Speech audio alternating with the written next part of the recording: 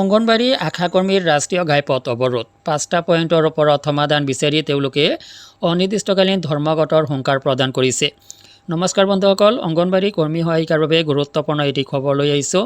অংগনবাড়ীৰ লগতে আশাকৰ্মীৰ বাবেও এই খবৰখিনি যথেষ্ট ইম্পৰ্টেণ্ট হ'ব, কিয়নো অংগনবাড়ী আৰু আশাকৰ্মী সকলোৱে মিলিয়ে এইবাৰ ৰাষ্ট্ৰীয় ঘাইপথ অৱৰোধ কৰিছে।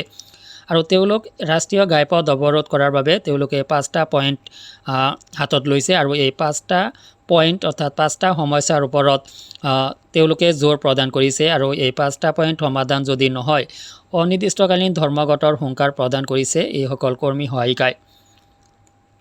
অংগনবাড়ী আৰু আশা কৰ্মীসকলে 5টা দাবীৰে খোৱাইত ৰাষ্ট্ৰীয় ঘাইপথ অৱৰোধ কৰে 6 ঘণ্টা। খোৱাইৰ বেলফাং অঞ্চলত অংগনবাড়ী আৰু আশা কৰ্মীসকলে উন্নত কৰ্ম পৰিস্থিতি আৰু চৰকাৰৰ স্বীকৃতিৰ দাবীত 208 নং ৰাষ্ট্ৰীয় ঘাইপথ অৱৰোধ কৰে। পুৱা 9 বজাৰ পৰা আৰম্ভ হোৱা অৱৰোধ প্ৰায় 6 ঘণ্টা ধৰি চলাই যাতায়াত ব্যাহত হোৱাৰ লগতে বহু যাত্ৰী আবদ্ধ হৈ পৰে।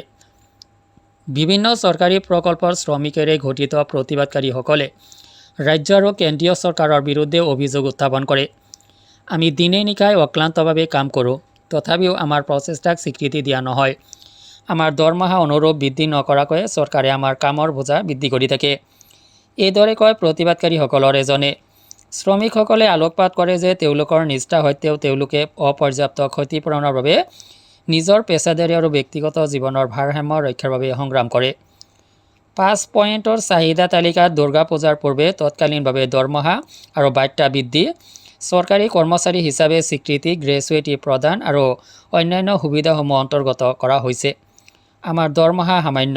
অংগনবাড়ী শ্ৰমিকসকলে 5,000ৰ পৰা 10,000 টকাৰ ভিতৰত উপাৰ্জন কৰাৰ বিপৰীতে আশা কৰ্মীয়ে লাভ কৰে মাত্ৰ 2,000 টকা।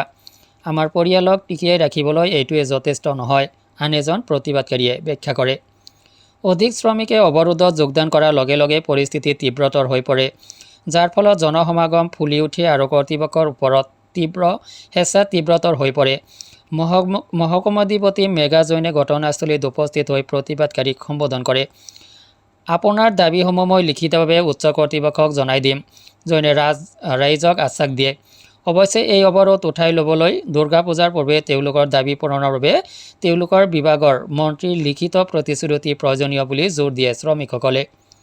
অৱৰোধৰ ফলত যাতায়াত কৰা লোকসকলৰ যথেষ্ট অসুবিধাৰ সৃষ্টি হয়। ঘাইপথৰ দুয়োকাষে বহু বাহন আবদ্ধ হৈ পৰে। বহুতৰে হতাশাক প্ৰতিফলিত কৰি আবদ্ধ হৈ থকা এজন যাত্ৰীয়ে মন্তব্য কৰিলে, আমাৰ দুখ কষ্টৰ বাবে চৰকাৰ দায়ী। অৱশেষত শ্ৰমিকসকলৰ দাবীক সম্বোধন কৰাৰ প্ৰতিশ্ৰুতি দিয়া সমাজ কল্যাণ বিভাগৰ হস্তক্ষেপত দুপৰীয়া 2:30 বজাত এই প্ৰতিবাদ সামৰণি পৰে।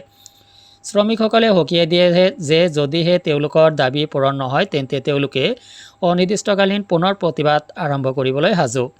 এই ঘটনাই সমাজৰ বিভিন্ন শ্ৰেণীৰ মাজত ক্ৰমবৰ্ধমান অশান্তিৰ ওপৰত আলোকপাত কৰিছে।